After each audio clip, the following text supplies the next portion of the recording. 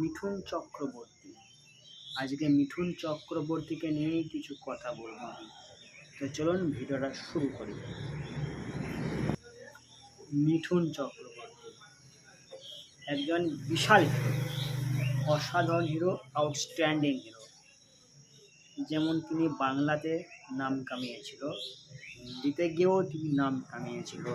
টলিউডে যেমন তিনি megastar superstar ছিলেন, হিন্দিতেও তিনি, বলিউডেও তিনি মেগাস্টার সুপারস্টার ছিলেন। কিন্তু আজকের ডেটে দাঁড়িয়ে মিঠুন চক্রবর্তী কোথাও না কোথাও হারিয়ে গেছে। উনি সেই হিরো ইমেজটাকে আর ক্রিয়েট করতে পারছেন না। কেন পারছেন না? কারণ কি? কারণ একটাই কারণ, তিনি পলিটিকে আছেন। বিজেপি তিনি পার্টি করেন। বেশ, এবার একটা কথা বলি, রজনীকান্ত বা কামাল হাসান এরা কিন্তু এখনও এই বয়সে এসেও অসাধারণ হিরোর অভিনয় করে। তারা কিন্তু তাদের রোলটা সেই একই লেভেলের কিন্তু করে গেছে, আজও সেই একই লেভেলের রোল তারা করছে। এবারে মিঠুন চক্রবর্তী কেন হারিয়ে গেল? আচ্ছা, তুমি যখন একটা ফিল্ম করছো, 10 বছর আগে যে ফিল্মটা করেছো হিরো ইমেজটা ছিল, আজকেও যেন সেই ইমেজটাই থাকে তোমার। আর পলিটিকে তুমি কেন যাবে? থালাপতি বিজয়কে চেনেন?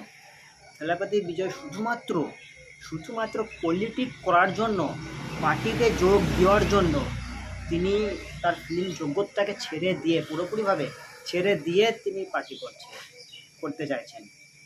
এগুলো করেননি, মানে করবে। মিঠুন চক্রবর্তী সেটাই করা উচিত ছিল।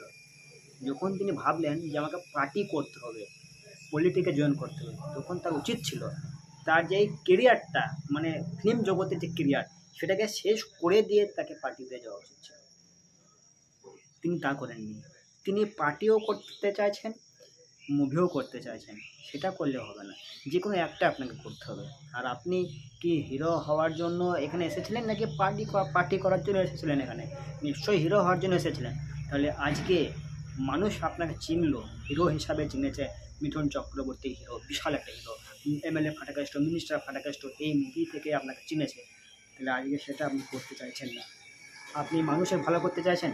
মানুষের ভালো তো রতন টাটাও করে। তিনি যে ইনকামটা করে তার অর্ধেক ইনকাম চ্যারিটিতে দেয়।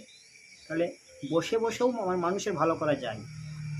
আপনি যদিও চাইছিলেন যে পার্টি করব, তাহলে আপনার উচিত ছিল ফিল্ম জগৎটাকে পুরোপুরি ছেড়ে দিয়ে পার্টিতে যাওয়া।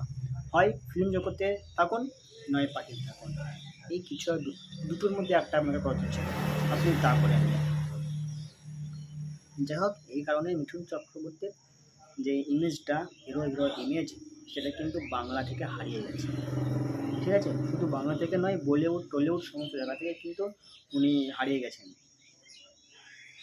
ঠিক আছে, এটাই কারণ।